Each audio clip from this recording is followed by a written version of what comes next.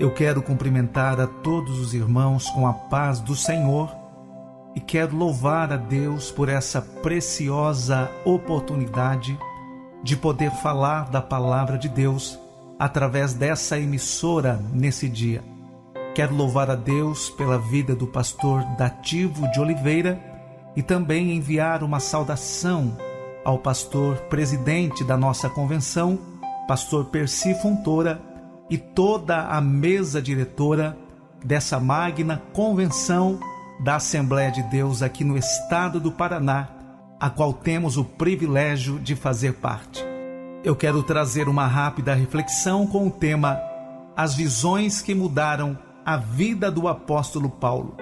Para tanto, eu quero ler com os irmãos um versículo que se encontra em Atos dos Apóstolos, capítulo de número 26, e o versículo de número 19. Diz assim a palavra de Deus: Pelo que, ó rei Agripa, não fui desobediente à visão celestial. Pelo que, ó rei Agripa, não fui desobediente à visão celestial. Meus irmãos, o apóstolo Paulo, durante a sua trajetória, ele teve algumas visões que mudaram radicalmente a sua vida. Muitos outros personagens bíblicos também tiveram visões e as suas vidas nunca mais foram as mesmas. Com Paulo não foi diferente. Eu poderia dizer que Paulo guiou a sua vida e ministério pelas visões que Deus lhe revelou. Eu quero falar de 4 visões que foram importantíssimas na vida e ministério do apóstolo Paulo. E quais foram estas visões? A primeira visão que impactou a vida do apóstolo Paulo foi a visão do Cristo vivo. Esta visão está registrada lá em Atos dos Apóstolos, no capítulo de número 9. A Bíblia diz que Saulo, respirando ainda ameaças e morte contra os discípulos do Senhor, dirigiu-se ao sumo sacerdote e pediu-lhe cartas para Damasco, para as sinagogas, a fim de que se encontrasse alguns cristãos, quer homens, quer mulheres, os conduzisse presos a Jerusalém. E indo ele no caminho, aconteceu que, chegando perto de Damasco, subitamente o cercou um resplendor de luz do céu, e caindo em terra, ele ouviu uma voz que lhe dizia: Saulo, Saulo, por que me persegues? E ele disse: Quem és, Senhor? E disse o Senhor: Eu sou Jesus, a quem tu persegues. Duro é para ti recalcitrar contra os aguilhões. A primeira visão que impactou a vida do apóstolo Paulo foi a visão do Cristo vivo. Quando Paulo teve esta visão, a sua vida nunca mais foi a mesma. O seu modo de agir nunca mais foi o mesmo. O seu modo de pensar nunca mais foi o mesmo. Quando o Senhor se revela a nós com poder, a nossa vida muda, a nossa história muda, o nosso modo de agir muda. Quando nós temos uma visão do Cristo vivo, quando Ele se revela a nós com poder, a nossa história é radicalmente mudada pelo Senhor. Mas esta não foi a única visão que impactou a vida do apóstolo Paulo. Existe uma segunda visão que foi importantíssima na vida e na trajetória do apóstolo Paulo. É a visão da obra missionária. Esta visão está descrita lá em Atos dos Apóstolos, no capítulo de número 16, e o versículo de número 9, versículo 10. A Bíblia diz que Paulo teve de noite uma visão em que se apresentou um homem da Macedônia e lhe rogou dizendo: passa a Macedônia e ajuda-nos. E logo depois desta visão, diz a Bíblia, procuramos partir para a Macedônia, concluindo que o Senhor nos chamava para lhes anunciarmos o Evangelho. Aqui Paulo, após o concílio de Jerusalém, onde eles chegam a um acordo quanto a algumas divergências doutrinárias. Paulo chega a Derbe e Listra, conhece a Timóteo e leva-o com ele. Quando eles chegam em Troade, Deus lhe dá esta visão. Paulo teve de noite uma visão em que se apresentou um homem da Macedônia a ele, e esse homem lhe rogava dizendo: passa a Macedônia e ajuda-nos. Esta era uma visão missionária, uma visão evangelística. Era Deus confirmando a vocação missionária do apóstolo Paulo. E eu posso afirmar nesse dia que ninguém pode fazer a obra missionária, ninguém pode ser um ganhador de almas se não tiver uma visão missionária, se não tiver uma visão evangelística. Esta visão confirmou o chamado missionário de Paulo. Foi o próprio Espírito Santo quem escolheu Paulo para a obra missionária. Lá em Atos capítulo 13, a partir do versículo 1, nós vemos isso. A Bíblia diz que na igreja que estava em Antioquia havia alguns profetas e doutores e muita gente capacitada para a obra. E diz a Bíblia que servindo eles ao Senhor e jejuando, disse o Espírito Santo: apartai-me a Barnabé e a Saulo para a obra que eu os tenho chamado. E diz a Bíblia, então, jejuando e orando, e pondo sobre eles as mãos, os despediram. Foi o próprio Espírito Santo quem separou Paulo para a obra missionária. A igreja de Antioquia era uma igreja sensível à voz do Espírito Santo. No meio daquela igreja o Senhor falava, o Senhor se manifestava, eles estavam em oração, eles serviam ao Senhor com alegria, eles tinham comunhão e eles estavam prontos para atender o chamado do Senhor. E no meio daquela igreja, o Espírito Santo fala: apartai-me a Barnabé e a Saulo para a obra que eu os tenho chamado. O mesmo Deus que chamou a Paulo é o Deus que te chama pelo nome, é o Deus que te escolheu desde o ventre da mãe, é o Deus que tem uma obra grande para realizar na tua vida. E se você está em dúvida quanto ao teu chamado, o mesmo Deus se manifestará com poder a você. E assim como o Senhor naquela visão mostrou aquele homem pedindo socorro, pedindo ajuda ao apóstolo Paulo, dizendo: passa Macedônia e ajuda-nos. Deus vai te mostrar o lugar onde Ele quer te enviar. Deus colocará amor e compaixão pelas almas em ti. Passar a Macedônia significa seguir a visão de Deus, deixar de trilhar o nosso caminho para seguir a vontade de Deus. Notem que Paulo foi impedido pelo Espírito Santo de entrar em algumas cidades. Lá em Atos dos Apóstolos, no capítulo 16 e versículo 6, a Bíblia diz: e passando pela Frígia e pela província da Galácia, foram impedidos pelo Espírito Santo de anunciar a palavra na Ásia. E quando chegaram a Mísia, intentaram ir para Bitínia, mas o Espírito não lhe permitiu.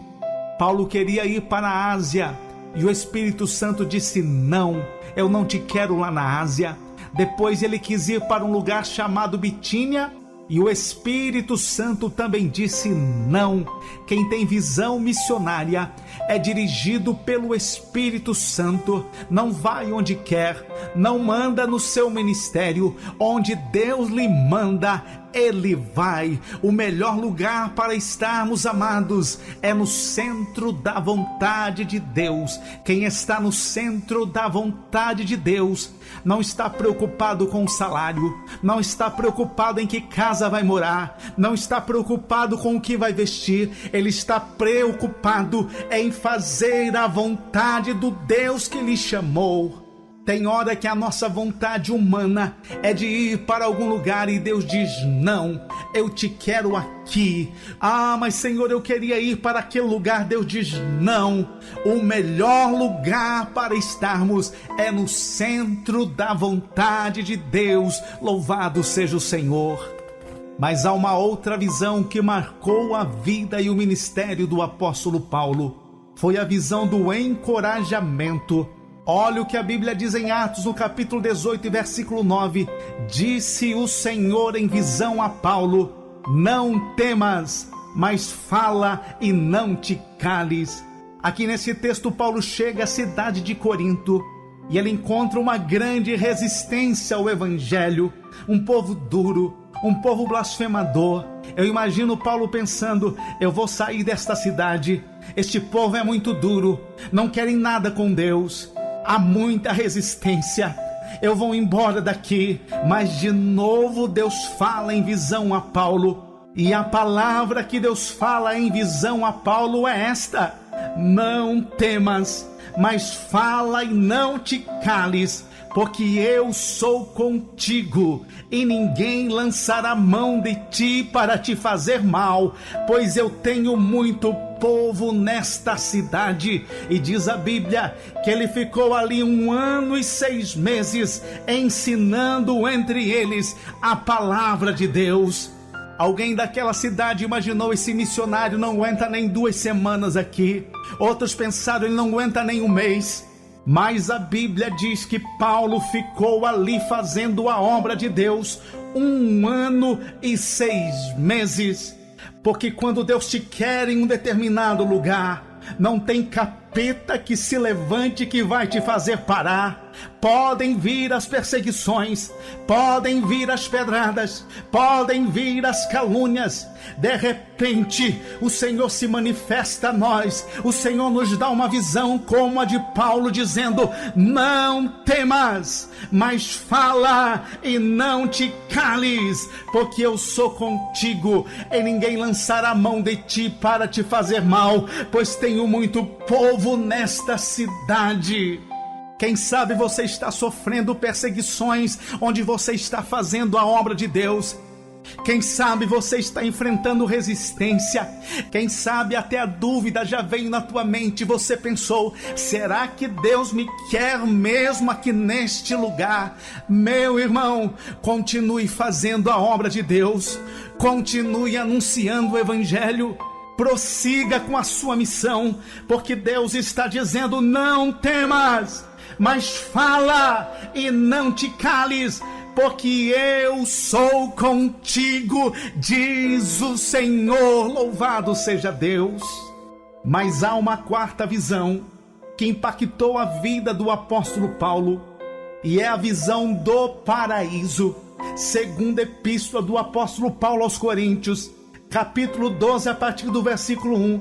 Olha o que Paulo diz: em verdade que não convém gloriar-me, mas passarei as visões e revelações do Senhor. Conheço um homem em Cristo, que há 14 anos, se no corpo não sei, se fora do corpo não sei, Deus o sabe, foi arrebatado ao 3º céu.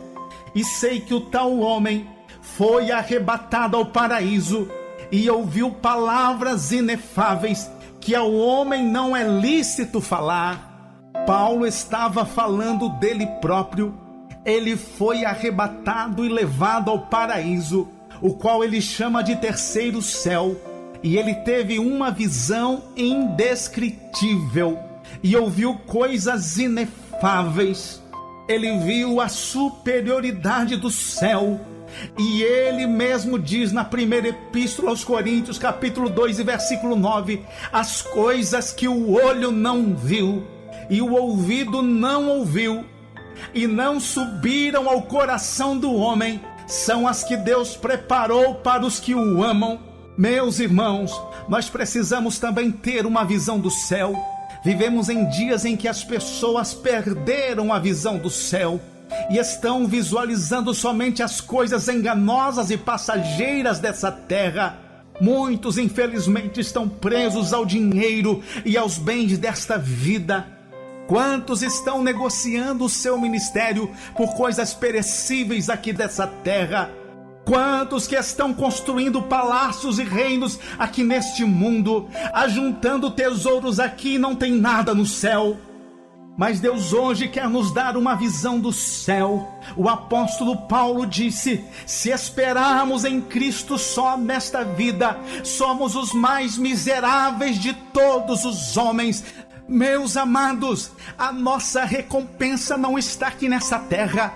O nosso tesouro não deve estar aqui nesse mundo. O nosso tesouro está no céu.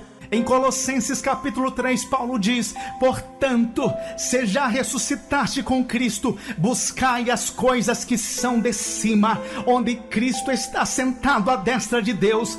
Pensai nas coisas que são de cima e não nas que são da terra. Nada que você venha a passar aqui nesta terra há de se comparar com a glória que te espera. Vale a pena sermos fiéis até o fim. Deus nos quer dar uma visão do céu nesse dia. Louvado seja o nome dele. E eu concluo dizendo: assim como Deus deu estas visões ao apóstolo Paulo, que Deus também nos dê visões espirituais, que possamos ter a visão do Cristo vivo, que possamos ter a visão da obra missionária, que possamos receber a visão do encorajamento e também que possamos vislumbrar o céu. Louvado seja Deus. Eu quero fazer uma rápida oração neste momento. Senhor, eu apresento diante de Ti a cada ouvinte desta emissora. Tu sabes o que esse Teu filho, essa Tua filha precisa, ó Pai. Abre-nos os olhos espirituais e mostra-nos a Tua glória, mostra-nos o Teu poder, ó Pai, nesse dia.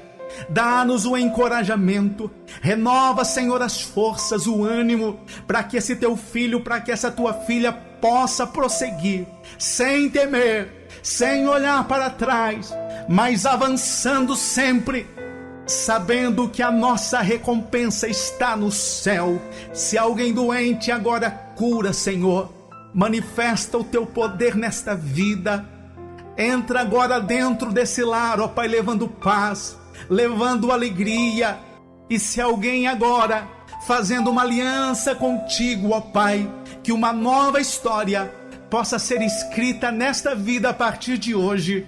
Abençoa, Senhor, a nossa convenção. Abençoa, Senhor, os pastores da mesa diretora. Guarda-os de todo mal. Dá saúde, livra de todos os perigos, ó Pai. Que em tudo eles possam ser direcionados pelo Senhor. Nós oramos, ó Pai, em nome de Jesus. Amém.